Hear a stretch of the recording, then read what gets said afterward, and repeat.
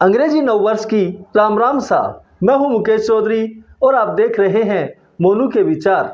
हमारे यहाँ एक कहावत है, गांव बसा नहीं कि लुटेरे आ गए। यही हाल आजकल इंडी गठबंधन का हो रहा है। वैसे भी ये गठबंधन स्वार्थ का गठबंधन है, अतः इससे जुड़े प्रत्येक नेता की प्राथमिकता अपने दल का लाभ देखना स्वाभाविक है। जैसे जैसे 2024 का चुनाव नजदीक आ रहा है, गठबंधन से जुड़े नेताओं और दलों के स्वार्थ और एजेंडे सामने आ रहे हैं। एक बार नरेंद्र मोदी जी ने कहा था कि ईडी ने विपक्ष को एक कर दिया है। बात सही भी है।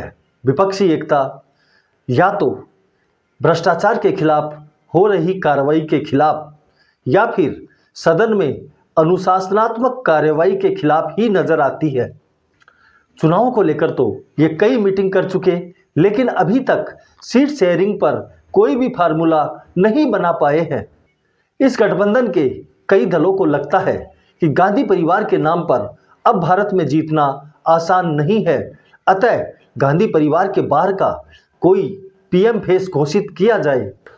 इसी संदर्भ में ममता बनर्जी ने पिछली मीटिंग में कांग्रेस अध्यक्ष मल्लिकार्जुन खड़गे का नाम प्रस्तावित किया था, लेकिन इस नाम पर खुद कांग्रेस ही सहमत नहीं दिख रही है, क्योंकि कांग्रेस का तो एक ही सपना है, किसी भी तरह से राहुल गांधी को प्रधानमंत्री बनाना है।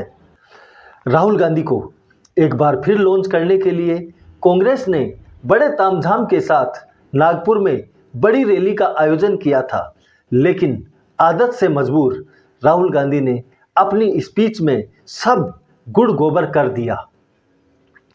इस मीटिंग में वैसे तो सोनिया गांधी और प्रियंका गांधी को भी आना था, लेकिन पता नहीं किन्हीं कारणों से वो दोनों नहीं पहुंची। राहुल गांधी ने अपनी स्पीच की शुरुआत एक भाजपा सांसद की कहानी सुनाने से की। भाजपा सांसद के जरिए वे भाजपा पर वो आरोप लगाने लगे जो आरोप राहुल गांधी पर लगाकर उनके कई दिग्गज नेता कांग्रेस छोड़ गए हैं। राहुल गांधी ने अपने भाषण में कई बार ये साबित किया कि कांग्रेस का अध्यक्ष कोई भी हो, कांग्रेस के मालिक तो वही हैं। फिर भी वे भाजपा में राजतंत्र बताते हैं, जबकि आज तक भाजपा में एक परिवार के दो लोग कभी राष्ट्रीय अध्यक्ष नहीं बने, ना ही एक परिवार के दो लोग पीएम या सीएम बने हैं, जबकि राहुल गांधी की 3 पीढ़ियां पीएम और 4 पीढ़ियां कांग्रेस की राष्ट्रीय अध्यक्ष रही हैं। खैर, उनके राजतंत्र की परिभाषा वो ही जाने। उन्होंने तो अपनी स्पीच में अंग्रेजों की लड़ाई अंग्रेजों से करवा दी। जिस कार्यक्रम का आयोजन कांग्रेस ने भाजपा को घेरने के लिए किया था, वही कार्यक्रम राहुल गांधी की वजह से सोशल मीडिया में मजाक का कारण बन गया। वापस मुद्दे पर आता हूं। ममता बनर्जी ने जब से मल्लिकार्जुन खड़गे का नाम पीएम फेस के लिए प्रस्तावित किया है, नीतीश कुमार ने मुंह फुला लिया है।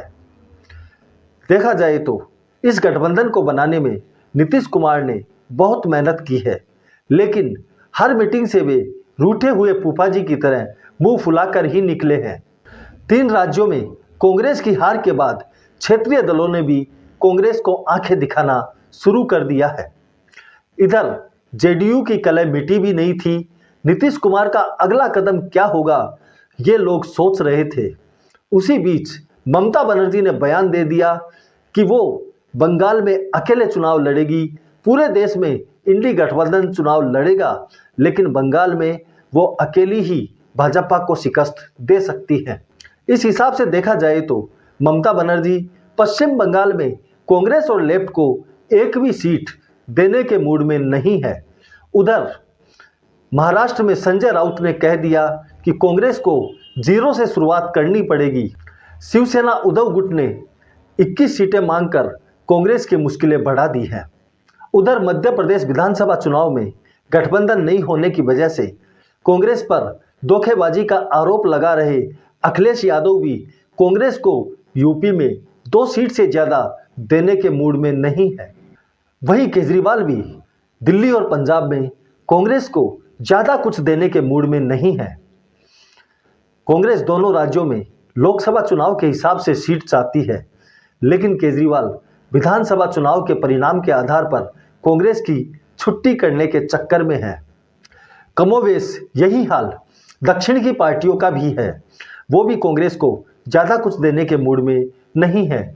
अब देखा जाए तो जहां कांग्रेस की भाजपा से सीधी टक्कर है, वहां तो कांग्रेस वैसे ही कमज़ोर है, और जहां गठबंधन से कांग्रेस कुछ पाना चाहती है, वहां क्षेत्रीय दल कांग्रेस को कुछ देने के मूड में नहीं है। तो फिर यह गठबंधन कैसे सफल हो पाएगा?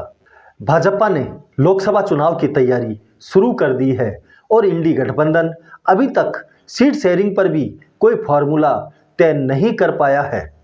इनकी आपस की लड़ाई खत्म होगी तभी तो ये भाजपा से लड़ने की सोचेंगे।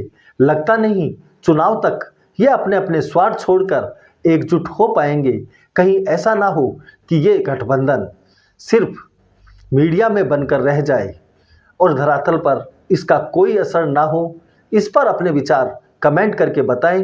वीडियो पसंद आया तो इसे लाइक करें, शेयर करें, चैनल को सब्सक्राइब करना न भूलें। धन्यवाद। जय हिंद, जय भारत।